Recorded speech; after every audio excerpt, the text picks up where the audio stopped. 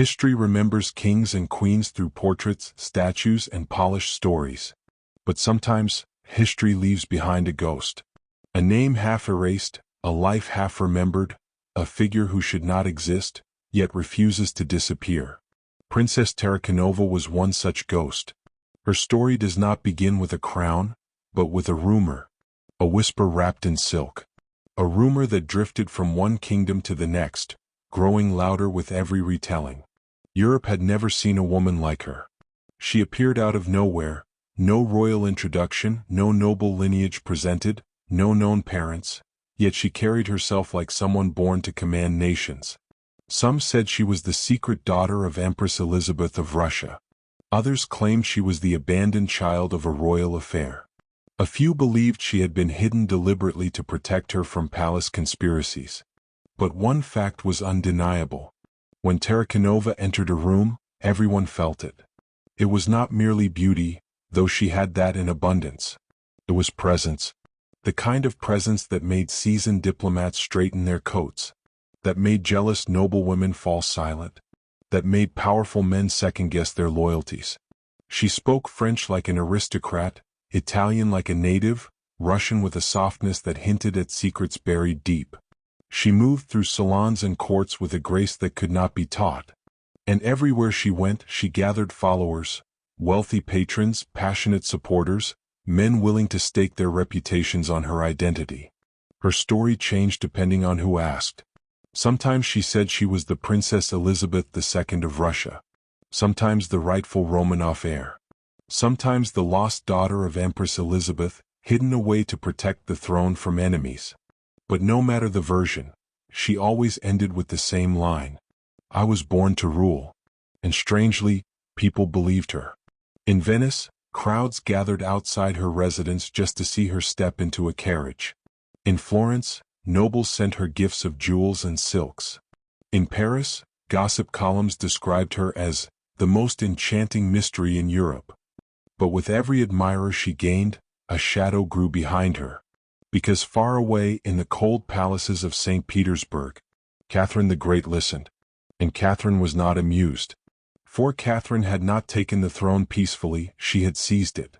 She overthrew her own husband, Emperor Peter III, and rumors of murder clung to her like frost. She could not afford a challenger, a pretender, or even the idea of an alternate heir. And now, across Europe, a young woman was being hailed as the rightful Romanov princess. Catherine studied Tarakanova's growing influence with icy precision. Letters from ambassadors warned her. The people adore this woman. She grows stronger by the month. Her supporters whisper of rebellion. She may truly be of royal blood. Catherine did not care if Tarakanova was legitimate or a fraud. To Catherine, belief was more dangerous than truth. And the world was beginning to believe. So Catherine decided on a strategy she had used many times before. She would not attack Tarakanova openly. She would not send assassins. She would not declare her an enemy.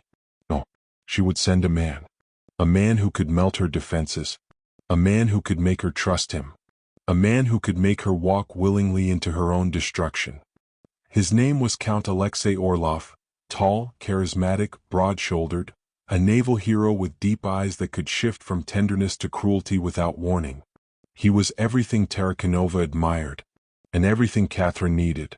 But before Orlov reached her, Tarakanova's life took a turn she never expected. In Italy, she found a strange peace. She lived in a villa where the walls were covered with frescoes of angels and mythic queens. Servants prepared her rooms with gold-framed mirrors, lavender-scented linens, and writing desks covered in letters from supporters.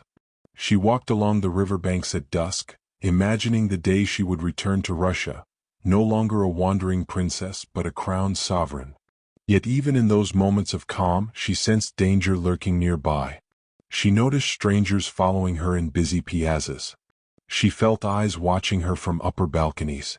She received anonymous warnings slipped under her door, letters urging her to flee, to hide, to disappear before it was too late. But Tarakanova was done hiding. For the first time in her life, she felt the world bending toward her destiny. She dreamed of entering the Winter Palace in St. Petersburg, of claiming the throne her supporters insisted was hers by birthright. She believed fate had placed her on the edge of greatness.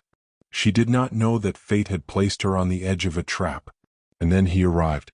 Alexei Orlov entered her life like a comet, bright, dazzling, impossible to ignore. He showered her with attention, spoke to her like an equal, treated her with the reverence of a queen. He told her he believed her claim. He told her that Russian officers were ready to support her. He told her he could escort her safely to the throne. For a woman who had spent her life alone, doubted, whispered about. His devotion felt like destiny. And Tarakanova fell for him completely. She did not know that every word he spoke, every promise he made, every tender moment he shared, was part of Catherine's plan, a plan designed to destroy her. But the world around her did not yet smell of betrayal. In those early days, as she walked through candlelit halls with Orlov at her side, she believed she had finally found love, safety, and the path to reclaiming the crown. She did not know she was being led to the one place no one ever returned from. A place with walls so thick they swallowed screams. A place built to erase people completely. The Peter and Paul fortress. And with every heartbeat, every smile, every whisper from Orlov, she was stepping closer to her own doom. Trust is the most dangerous luxury for someone hunted by an empire. And yet, Princess Tarakanova trusted Alexei Orlov with her entire heart. He made it easy. Orlov treated her not like a political pawn, but like a woman who finally deserved affection. He brought her rare fabrics from the East, strings of pearls from the Black Sea, handwritten poems he claimed were meant only for her eyes.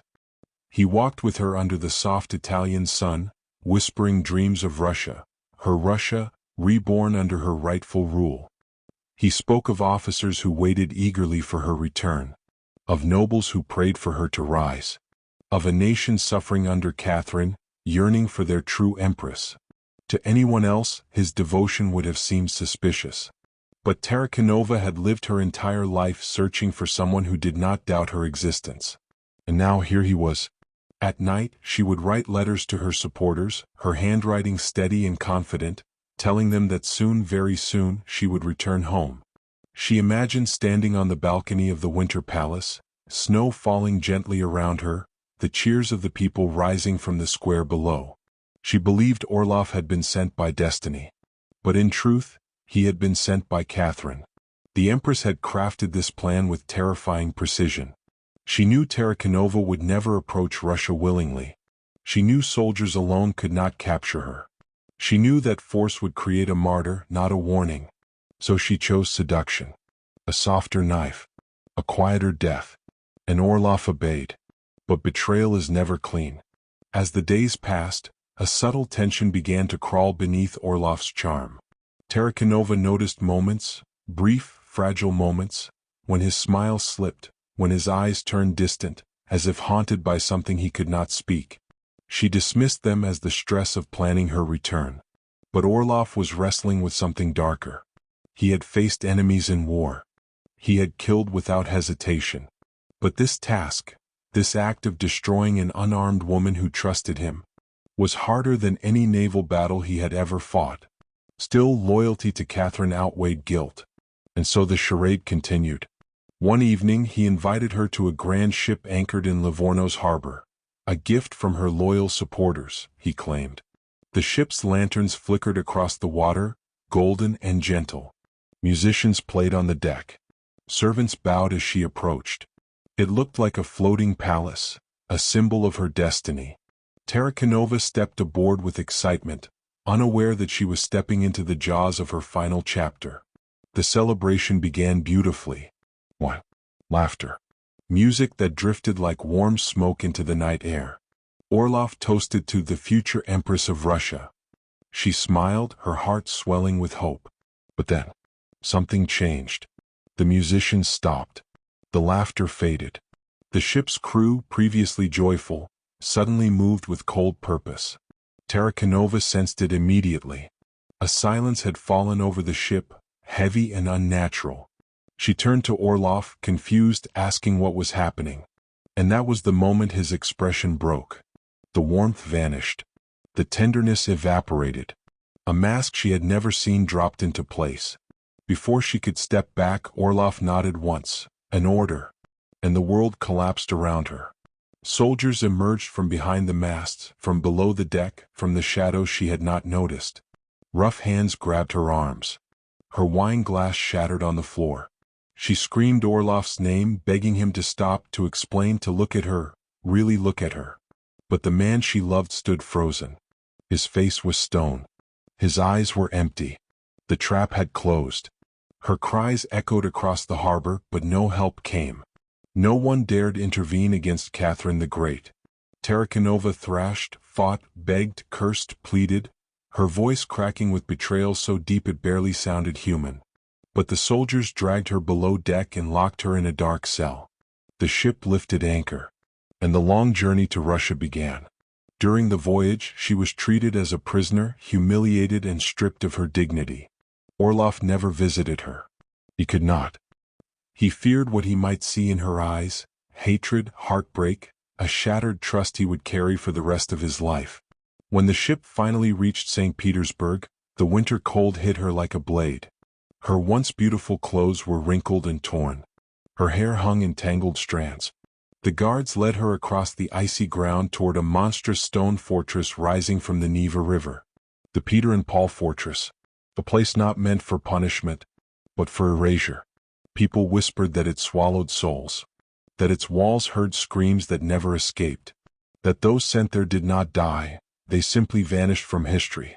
As Tarakanova stepped inside, the final warmth drained from her world. The halls smelled of damp stone and despair. Chains clinked from unseen chambers. The air was so cold it stung her lungs with every breath. She was taken to a small windowless room with a rotting wooden cot and walls slick with moisture. A single lantern flickered weakly, barely illuminating the prison that would become her grave. She asked to see Orlov. Her voice trembled. The guards said nothing. She asked for paper to write letters to her supporters. They refused. She asked for a priest. Denied. She asked if she would receive a trial. There would be no trial. For Catherine the Great had already written the ending to her story. Tarakanova was not meant to be judged. She was meant to be forgotten. And as the heavy iron door shut behind her, extinguishing the last light, she realized the truth with chilling clarity. The world she once dazzled had abandoned her. The man she loved had delivered her into ruin. And Russia, the homeland she believed was waiting for her, had devoured her like a beast. Inside the fortress, her terror was only beginning. The Peter and Paul Fortress is unlike any other prison on earth. It does not punish the body alone, it crushes the spirit. Every corner hums with the memory of shattered lives, whispered confessions and silenced truths. And now, Princess Tarakanova had become its newest shadow. Her cell was barely larger than a grave. Damp salt water seeped through the cracks in the stone floor. Rats scurried at night, scratching against the walls like restless ghosts. The ceiling dripped with cold, steady droplets that felt like the prison's heartbeat, an endless reminder that time here moved slowly, painfully, mercilessly. For the first few days, Tarakanova clung to hope. She believed Orlov would come. She believed there had been some misunderstanding. She believed that the man who whispered promises under the Italian sun would never abandon her to rot in darkness.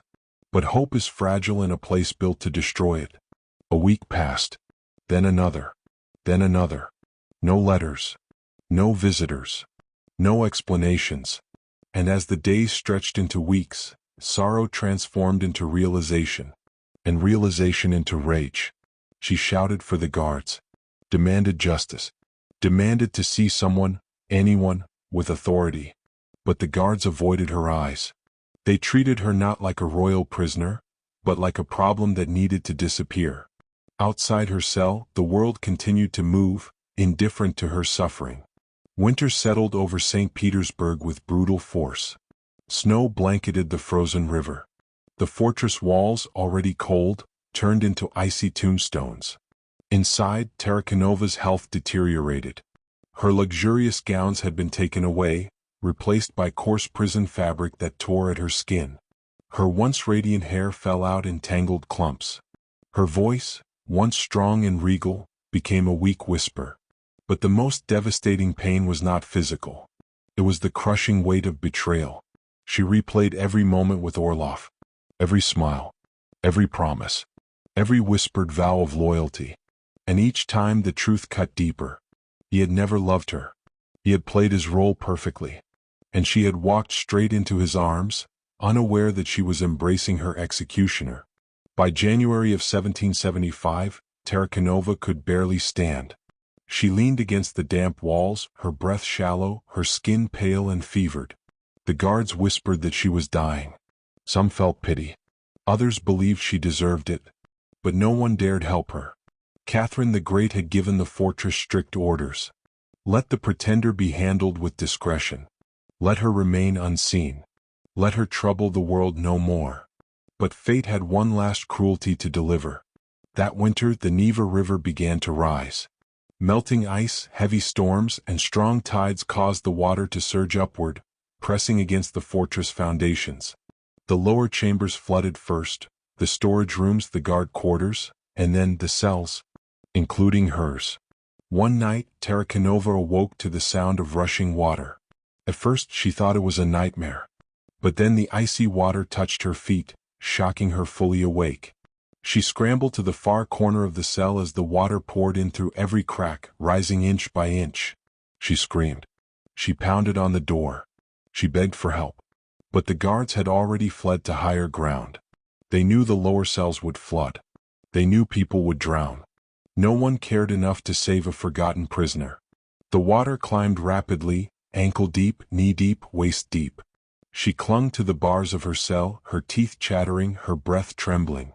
The lantern outside flickered, then died completely. Darkness swallowed her. The cold was unbearable. Each wave hit like a blade. Her body shook violently, weakening with every heartbeat. She tried to climb the stone walls. She slipped. She fell back into the rising water. She screamed again, her voice raw, calling Orlov's name, calling for mercy, calling for a God who did not answer.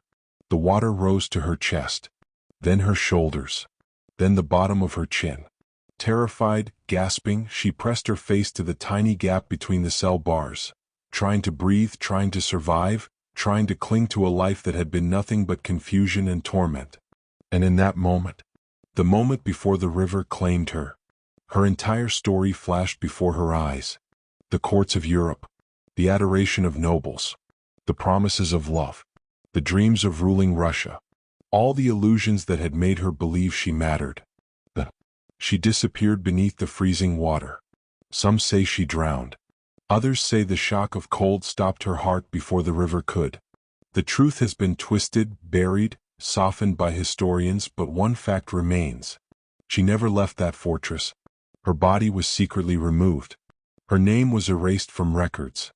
Her few belongings were burned. Catherine the Great continued to rule, untouched, unchallenged. And Orlov, the man who had destroyed her, lived the rest of his life haunted by her memory. But legends have a way of resurfacing. Decades later, a famous painting appeared in Europe, a haunting image of a woman in royal robes, standing waist-deep in rising floodwater inside a stone cell. Her face pale, her eyes filled with terror, her hands desperately gripping the bars. That woman was Tarakanova. The painting revived her story, ignited sympathy, turned her into a tragic icon. People began to ask, who was she really? A royal? A fraud? A victim? But the truth is simpler and crueler. She was a young woman who dreamed too boldly, who trusted too easily, who loved the wrong man, and who paid for it with a death so horrifying that even centuries later, it chills the soul. In the end, Princess Tarakanova became what Catherine feared most. Not a ruler, but a legend. A ghost who refuses to be forgotten. And long after empires crumble, crowns fade, and rulers turn to dust, her story still rises like a dark tide, reminding us that the greatest tragedies in royal history are not written by swords or armies, but by betrayal.